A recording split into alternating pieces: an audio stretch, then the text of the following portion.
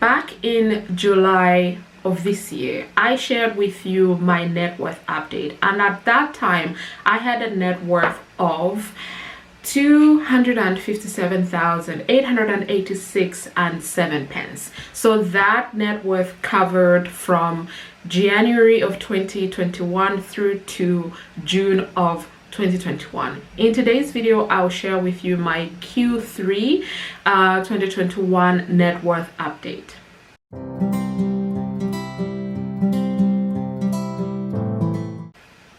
Hey guys, welcome to Budget with the July Dreamer. My name is Miranda, and on this channel I share with you all things personal finance, specifically sharing tips on how to save, how to invest, as well as how to budget. If these topics interest you, then please hit that like button, subscribe to my channel if you enjoy the type of content that I'm sharing. So in today's video, I am excited to share with you my net worth update.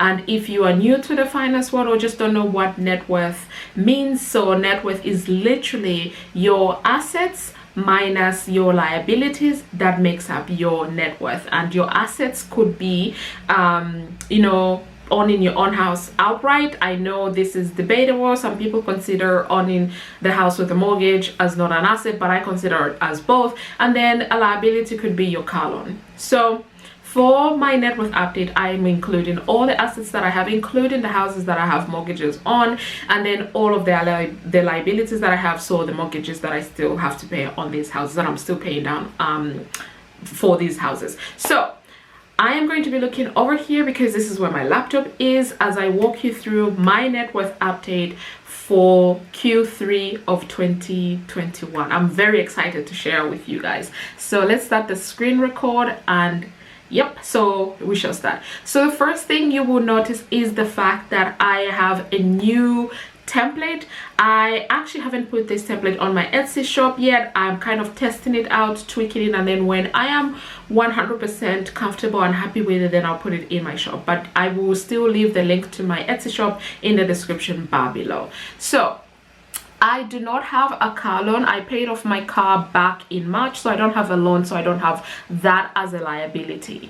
Then for a credit card, I do have 2 credit cards, and I have shared a blog post on my website, which I'll leave in the description bar below, about using your credit cards responsibly. So at the time that I was recording this video, which is the 1st of October, I have not yet cleared the balance on my credit cards. I do have the money to do that. It's just that I try to be transparent. I don't know, like, oh, I'm just not going to include this because I'm going to pay it off in the next couple of days. No, I took the snapshot of my my financial setup at the moment on the 30th of September. So what the 30th of September had is what I'm displaying to you now. So as of 30th of September, I had a balance of £700 on my Amex credit card because I made a big purchase for that, so I can get the points. So I'm going to clear that balance next week. And then for my second credit card, that's the cashback credit card. Again, I only have credit cards that have got uses that benefits me in the long run, not just to have extra money.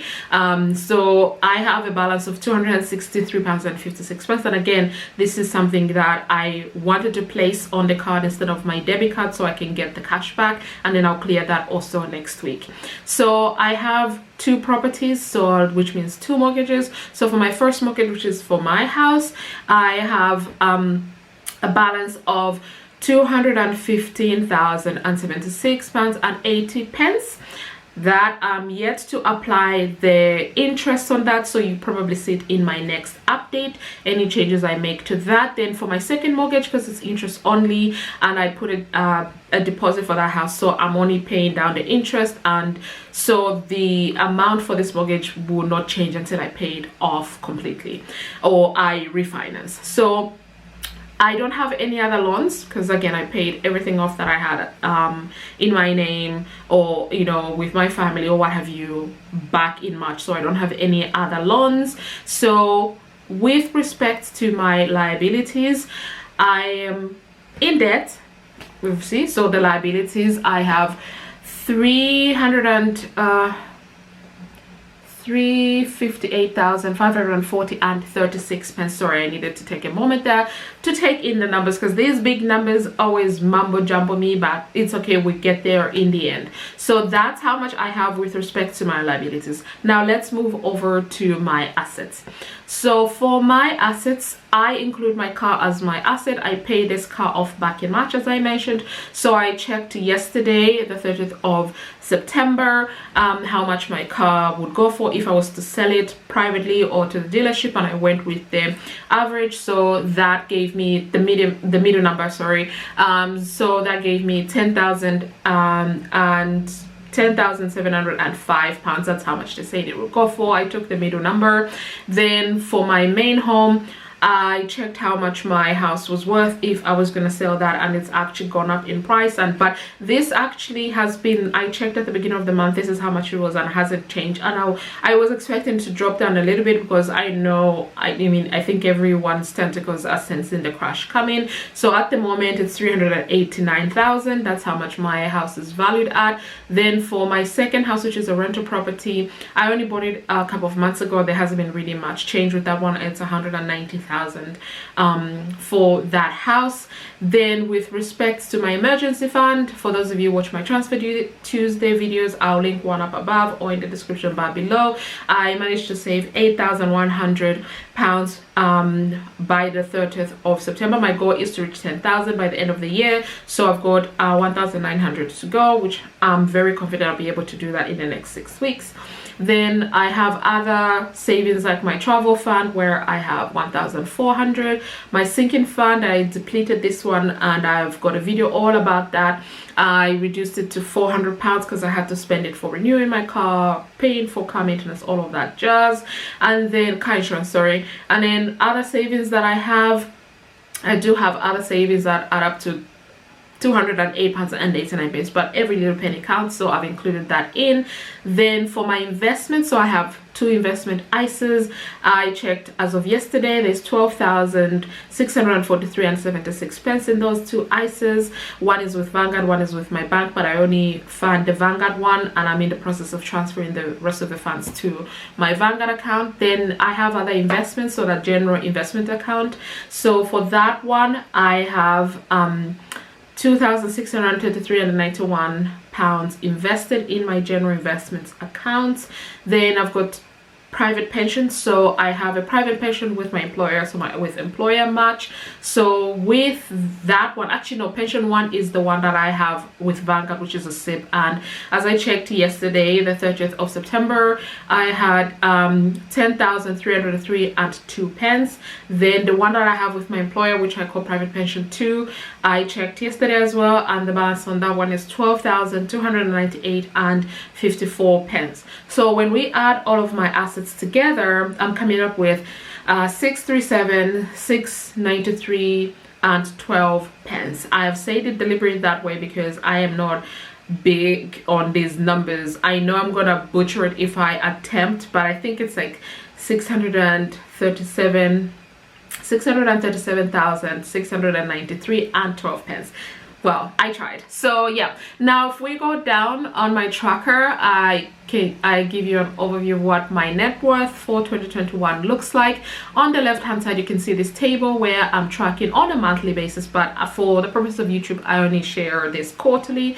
It makes sense for me that way. So back in June, as I mentioned, and I will put a disclaimer here, in June I had told you that I had a net worth of 257,886 and 7 pence, but when I redid the numbers, I checked all my records, it actually turned out that I actually had 257, so I was still in that range, but instead of 886, I actually had 936 and 45 pence. So there was just a little bit of a mix up there, so that is the correction that I wanted to mention in this video. But as of the 30th of September, I actually now have a net worth of 279,152 and 76 pence. So this is a change of 4,823 and 5 pence from last month, not from back in June. I mean, I could possibly do a calculation, but that will hurt my brain, so I will not. And then looking over the tracker, you can see the trajectory, I could never say this word right.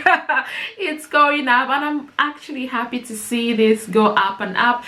It did dip for a second when I bought a property and I had to move, like take money out of my account, so obviously that happened, but that's fine. And then if I scroll all the way to the right hand side, I've got a couple of trackers, so I'm tracking my emergency fund just so I can see when I reach the goal. So I really love this little graph here. I'm also tracking my investments here, so I track my ISA investments as well as my general investments. And again, this is just I'm a visual person and I like this, so this just helps me when I'm looking at my finances holistically. So yeah, so this is what I wanted to share with you with respect to my net worth update for Q3 2021. I want to hope and wish that I will be able to make up the over 20,000 pounds that I need to cover, because I'm hoping by at least end of Q1 2021 I would have added at least 20,000 pounds towards my net worth update. That is my hope. Whether I'll achieve that or not, I'm not sure. Only time will tell. But yes, thank you so much for watching my video. I'll see you in my next one.